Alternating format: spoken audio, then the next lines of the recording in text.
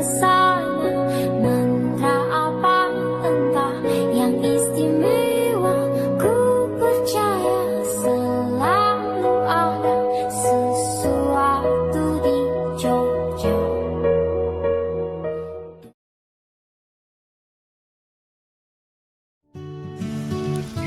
Hai teman-teman, balik lagi bareng aku, Anissa. Di vlog kali ini, aku mau ngebahas sebuah novel romantis Indonesia yang vibes-nya tuh tenang, hangat, tapi juga nyentuh. Judulnya Jogja with Bastian, karya Fisya Nabila.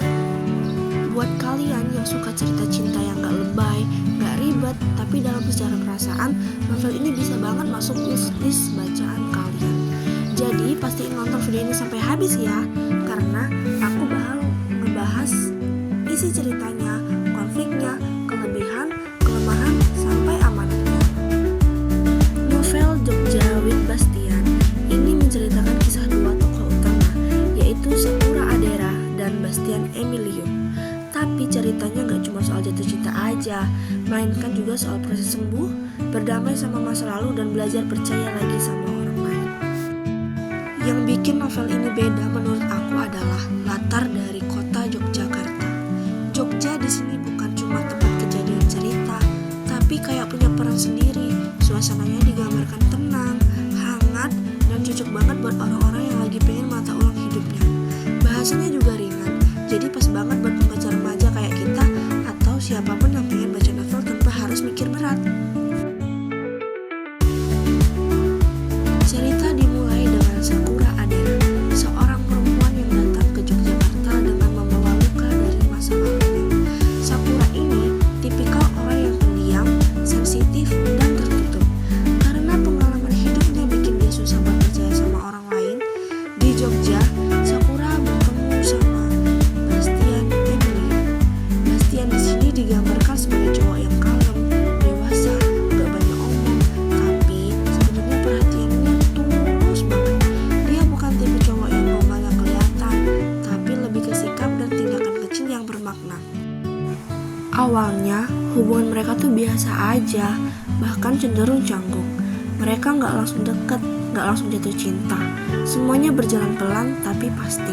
Dari ngobrol santai, jalan bareng, sampai momen-momen kecil yang bikin nyaman. Pelan-pelan Sakura mulai merasa aman sama kehadiran Bastian.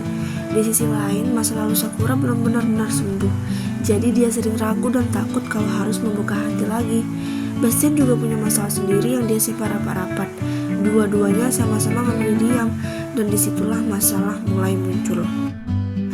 Oke, udah waktunya masuk ke konflik cerita. Konflik dalam novel ini tuh gak berupa drama besar atau pertengkaran heboh. Justru konfliknya lebih ke perang batin. Sakura terjebak antara pengen bahagia dan takut terluka lagi. Bastian pengen jujur, tapi dia bingung gimana cara ngungkapin perasaan dan masalahnya. Karena kurang komunikasi, hubungan mereka jadi renggang. Dan ini terasa relate banget sama kehidupan nyata. Karena gak jarang orang justru menjauh bukan karena gak cinta, tapi karena gak berani ngomong jujur. Di sini pembaca diajak buat sadar kalau diam itu kadang bisa jadi masalah besar dalam sebuah hubungan. Nah, di bagian yang ini juga nih yang bikin kita kaget terus kayak kok bisa? Kan masih inget gak kalau tujuan Sakura ke Jogja itu buat apa? Buat melupain masa lalu kan? Nah, di sini nih plot twist-nya. Tentang ibu Sakura dan ayah dari masa lalunya yang ternyata punya hubungan di masa lalu. Dari sini kelihatan kalau masalah mereka tuh bukan sekadar cinta biasa, tapi ada luka keluarga juga. Ending dari novel ini disajikan dengan cara yang tenang dan realistis. Gak ada drama berlebihan, tapi tetap ninggalin kesan. Akhir cerita ini nunjukin bahwa mencintai seseorang itu gak cuma soal perasaan, tapi juga soal keberanian menghadapi masa lalu dan mengambil keputusan. Menurut aku, endingnya pas sama keseluruhan cerita, sederhana, dewasa, dan bikin mikir. Gak kerasa ya, kita udah ada di ending cerita. Di sini aku bakal ngebahas tentang kelebihan dan kelemahan novel ini menurut aku. Pertama, di sini aku bakal ngebahas kelebihan. Menurut aku, kelebihan dari novel itu pertama, bahasanya ringan dan ngalir. Jadi enak banget buat dibaca dan gak bikin capek. Terutama kayak kita nih, remaja-remaja Gen Z. Yang kedua, ceritanya realistis dan relate sama kehidupan kita sekarang. Terutama buat remaja yang kayak kita, yang pernah ngerasa ragu, takut, atau trauma soal cinta.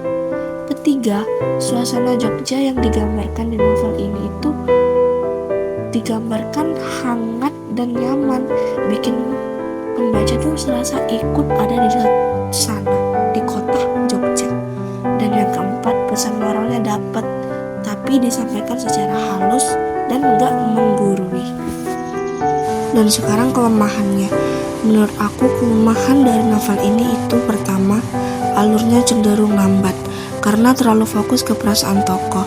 Beberapa bagian mungkin terasa terlalu panjang buat pembaca yang suka cerita cepat. Kedua, konfliknya tergolong ringan, gak ada drama besar atau plot twist yang bikin kaget. Ya ada sih, tapi cuma beberapa. Jadi buat yang suka cerita penuh ketegangan mungkin ini terasa kurang kaget dan kurang greget. Yang ketiga, tokoh pendukung kurang dikembangkan. Cerita cuma fokus ke Sakura dan Bastian, sementara tokoh lain cuma muncul sekilas dan gak terlalu berpengaruh ke cerita utama. Walaupun begitu, kelemahan ini tuh masih wajar loh, karena novel ini memang mengusung genre romantis reflektif, bukan drama berat. Dan buat amanat yang bisa kita ambil dari novel ini adalah bahwa setiap orang punya luka, tapi luka itu bukan masalah atau bukan alasan buat menutup diri selamanya. Novel Jogjawit Bastian juga mengajarkan bahwa setiap orang berhak memilih kebahagiaannya sendiri tanpa harus terikat oleh masa lalu atau tekanan dari keluarga. Melalui perjalanan Sakura yang kembali ke Jogja, pembaca diajak memahami bahwa luka lama tidak selalu harus dihindari, melainkan dihadapi dan diterima agar bisa sembuh. Kisah ini juga menyampaikan bahwa cinta yang dipaksakan hanya akan membawa penderitaan, sedangkan hubungan yang dibangun dengan kejujuran dan ketulusan akan memberi ketenangan. Selain itu, novel ini menegaskan bahwa perpisahan bukanlah sebuah kegagalan, melainkan bagian dari proses pendewasaan diri untuk menemukan arti cinta dan kehidupan yang sesungguhnya. Jadi secara keseluruhan, novel Jogjawit Bastian ini cocok banget buat kalian yang suka cerita cinta yang tenang, sederhana, dan penuh makna. Novel ini pas dibaca pas lagi pengen suasana kalem atau butuh cerita yang bisa bikin refleksi diri. Kalau kalian udah baca novelnya, tulis pendapat kalian di kolom komentar ya. Jangan lupa like, komen, dan subscribe. Makasih udah dengerin keluh kesah aku. Keluh kesah aku? Makasih udah dengerin cerita aku. Sampai ketemu di vlog berikutnya. Bye-bye.